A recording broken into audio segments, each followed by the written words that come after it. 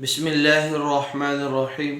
آج کی ہماری نشست کا سوال یہ ہے کہ کیا احتلام والے کپڑوں میں، جس کو رات کو سوتے وقت یا کسی بھی وجہ سے احتلام جن کپڑوں میں ہو جاتا ہے، کیا ان کپڑوں میں نماز ادا کرنا صحیح ہے یا نہیں؟ نمبر 2، کیا ناپاک کپڑوں میں رات کو سونا جائز ہے یا نہیں؟ تو پہلے سوال کی طرف آتے ہیں۔ احتلام والے کپڑے جن میں احتلام ہو چکا ہے، اگر ان کے متبادل کپڑے وغیرہ موجود ہیں، اچھے صاف ستھرے موجود ہیں، اور احتلام والے کپڑوں کو پاک کرنے کا کوئی انتظام نہیں، تب تو سیدھی سی بات ہے کہ وہ دوسرے کپڑے پاک کپڑوں کو پہنا جائے گا۔ نمبر 2، اگر احتلام والے کپڑے ہیں جن میں احتلام ہوا اور احتلام والے کپڑوں کو دھو ڈالا، دھونے کے بعد اگر کپڑے کے اوپر کوئی دبا یا داغ وغیرہ موجود ہے تو اس میں 2 چیزوں کا خیال رکھا جائے گا۔ پہلی چیز یہ دیکھی جائے گی کہ کیا اس داغ دبے کے ساتھ ناپاکی یا نجاست کا اثر ہے یا نہیں۔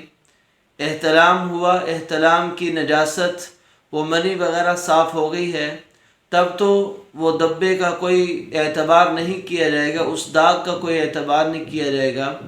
عموماً ایسا ہی ہوتا ہے کہ جب احتلام کپڑوں میں ہو جائے، کپڑوں کو صاف بھی کر لیا جائے، نجاست دور بھی کر لی جائے، تو اس کے اوپر داغ یا دبا وغیرہ جاتا نہیں، تو اس داغ دبے کی کوئی اہمیت نہیں ہے، اس کے ساتھ ہی نماز پڑھ سکتا ہے۔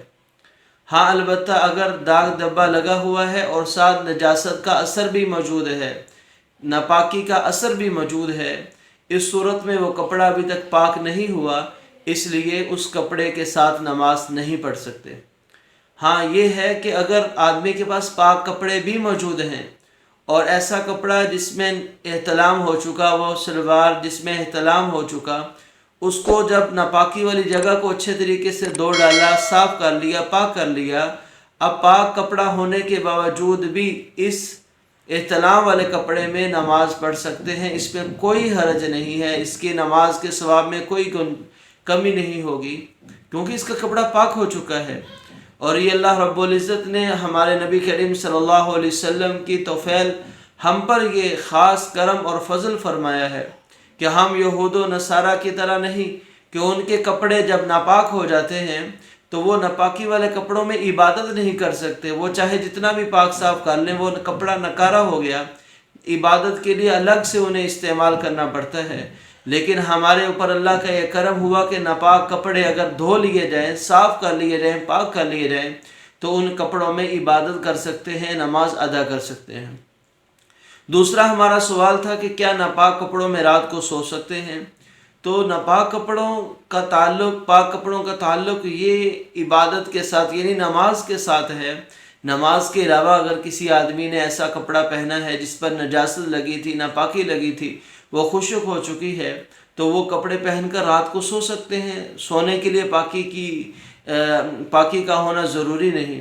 ہاں، البتہ ایک بات ضرور ہے کہ آدمی جس قدر پاکیزہ لباس میں، پاکیزہ بستر پر اور جسم کو پاک صاف کر کے سوئے گا، اسی قدر رات کو اللہ رب العزت کی طرف سے نورانی فرشتے اور نیک بندوں کی برکات اور انوارات بندے کو حاصل ہوں گے۔ اور جس قدر آدمی ناپاکی میں ہوتا ہے، کپڑے ناپاک ہیں، بستر ناپاک ہے، بدن ناپاک ہے، تو شیاطین کا حملہ ہوتا ہے۔ شیاطین کیونکہ ناپاکی کو پسند کرتے ہیں، گندگی کو پسند کرتے ہیں، نجس کو پسند کرتے ہیں، تو جب آدمی کے کپڑے ناپاک ہیں، بدن ناپاک ہے اور اسی حالت میں سویا ہوا ہے، تو شیطان اور وساوس اس طرح کی چیزیں آدمی پر مسلط ہو جاتی ہیں، پھر ان سے جان چھڑانا بہت مشکل ہو جاتا ہے۔